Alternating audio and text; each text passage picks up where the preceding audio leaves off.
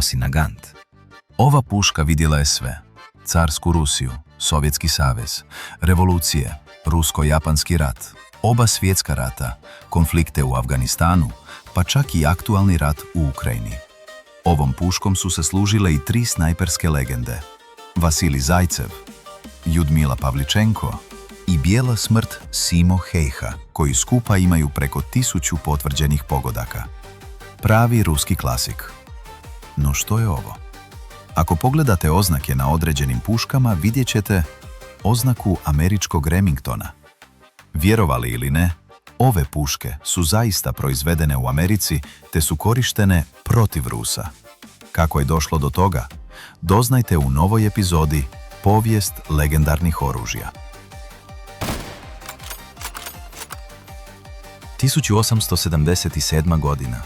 Rusko-turski rat. Pleven, Bugarska. Iako su Rusi na kraju pobijedili tu bitku, njihove snage pretrpjele su izuzetno velike gubitke. Razlog je bio taj da su Rusi koristili jednometne puške poput konverzije stare Krnke i američkog Berdana, dok su snage Osmanskog carstva koristili kombinaciju dalekometne Martini Henry i Winchesterove repetirke. Oni bi na velike daljine koristili jednometne Martini Henry puške, no tu i tamo bi se neprijatelj previše približio, pa bi u tome slučaju jednometne puške zamijenili sa spomenutom repetirkom i ispraznili spremnik što brže u neprijatelja. Rusko naoružanje nije ni približno moglo proizvesti takvu brzinu paljbe, što ih je jako kočilo u proboju.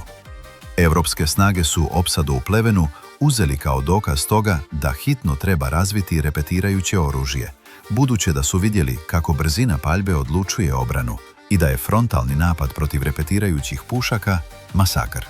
Prioriteti su sada spremnici, manji kalibri, moderan zatvarač i bezdimni barut. U drugim riječima, ova bitka je promijenila cijelu vojnu tehnologiju Europe. Njemačka razvija Gewehr 1888, kasnije poznati Mauser sustav u Gewehru 98. Francuska razvija Lebel model 1886, koja je prva koristila bezdimni barut. Austro-Ugarska kreće proizvodnjom Mannlicher M1886.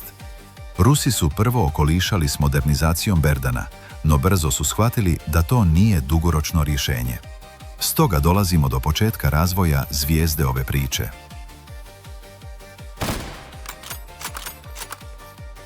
U određenom razdoblju Rusi su uvozili puške poput Lee Enfield i Winchester Hotchkiss, kako bi njihovi puškari mogli proučiti strane modele i primijeniti određena tehnološka rješenja u vlastitoj proizvodnji. Puškari su počeli primijeniti elemente stranih pušaka u vlastite modele, malo po malo, no to je još bilo daleko od centralizirane, planirane proizvodnje, dok vlada u 1883. godini NIR odlučila da se tome mora pristupiti malo ozbiljnije.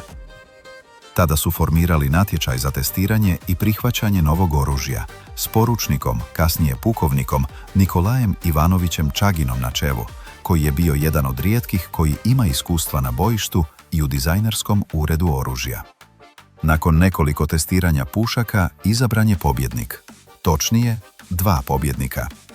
Naime, iako bi se po kolokvijalizmu Mosin Nagant dalo zaključiti da su te dvije osobe izravno surađivale u razvoju puške, to nije baš točno.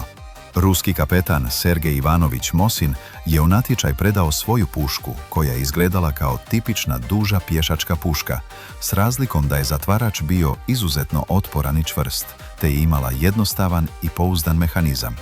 Iz prijašnjih videa već znamo da je upravo to prioritet ruske dizajnerske škole. No njegova puška je imala probleme sa spremnikom, u koji se metci teško ubacuju. Proces punjenja nije bio optimalan. S druge strane imamo belgijskog dizajnera Leona Naganta, koji je, budući da Rusija ima ogromnu vojsku, tu vidio lukrativan posao, te je za natječaj predao svoju tada inovativnu pušku sa novim sustavom spremnika i zatvaranja streljiva. Problem je tu bio što ta puška ima manje otporan zatvarač, te je dizajn bio previše složen i njegova izrada u tadašnjoj Rusiji nije bio moguć u velikom broju. Stoga je Ruski vojni komitet odlučio kombinirati najbolje iz 2 pobjedničkih prijedloga. Jednostavan zatvarač s pouzdanim mehanizmom iz Mosinove puške, efikasan spremnik i još neke manje inovacije iz puške Naganta. Tako nastaje puška koja je službeno dobila naziv trojlinijska puška M1891. Naziv trojlinijska dolazi od stare ruske mjere linija, jer u vrijeme usvajanja puške Rusija još nije standardizirala metrički sustav u vojsci. Kalibar puške 7,62 mm odgovarao je 3 linijama. Mosin Nagant je zapravo zapadni kolokvijalizam koji se proširio kasnije. Kada je Prvi svjetski rat počeo, 1914. godine, Rusija se našla pred ogromnim problemom. Vlastite tvornice jednostavno nisu mogle proizvesti dovoljno Mosin Naganta za milijune mobiliziranih vojnika. Rješenje su pronašli preko oceana. 2 američke tvornice, Remington i New England Westinghouse, preuzele su narudžbu i počele masovno proizvoditi ruske puške prema strogo definiranim specifikacijama. Amerikanci u tom trenutku još nisu sudjelovali u ratu, ali posao je bio ogroman i profitabilan. No, ništa nije išlo po planu. Revolucija 1917. preokrenula je cijelu situaciju, a boljševici su odbili priznati dugove carske vlade, uključujući i te Mosin Nagante. Američke tvornice ostale su s ogromnim gubicima, a New England Westinghouse gotovo je pred bankrotom. Remington se također našao u problemima, prisiljen prodavati dio pušaka drugim kupcima kako bi preživio. Situacija je imala i gorak ironijski obrat. Dio pušaka koje su Amerikanci proizveli za rusku carsku vojsku završio je u rukama savezničkih trupa u intervenciji protiv boljševika, a neke su korištene direktno protiv Crvene armije tijekom građanskog rata. Puške koje su trebale štititi Rusiju sada su se našle okrenute protiv nje, simbolizirajući kaos i apsurd previranja tog vremena. Kada govorimo o legendarnim snajperistima, 3 imena uvijek se ističu. Ljudmila Pavličenko, Vasilj Zajcev, Simo Hejha. Pavličenko, poznata kao Crna udovica, bila je sovjetska snajperistica tijekom Drugog svjetskog rata i službeno je imala 309 potvrđenih pogodaka, čime je postala jedna od najefikasnijih snajperistica u povijesti. Njezina hrabrost i preciznost u borbama oko Sevastopolja simbol su izuzetne vještine i odlučnosti. Vasilij Zajcev, također sovjetski snajper, proslavio se tijekom bitke za Staljingrad. Njegova sposobnost da neutralizira njemačke vojnike iz teško dostupnih položaja učinila ga je legendom. Službeno je imao 225 potvrđenih pogodaka. Njegove taktike, kombinacija strpljenja, preciznog gađanja i korištenja terena i danas se proučavaju u vojnim školama. Simo Hejha, finski snajper poznat kao Bijela smrt, djelovao je tijekom Zimskog rata protiv Sovjeta.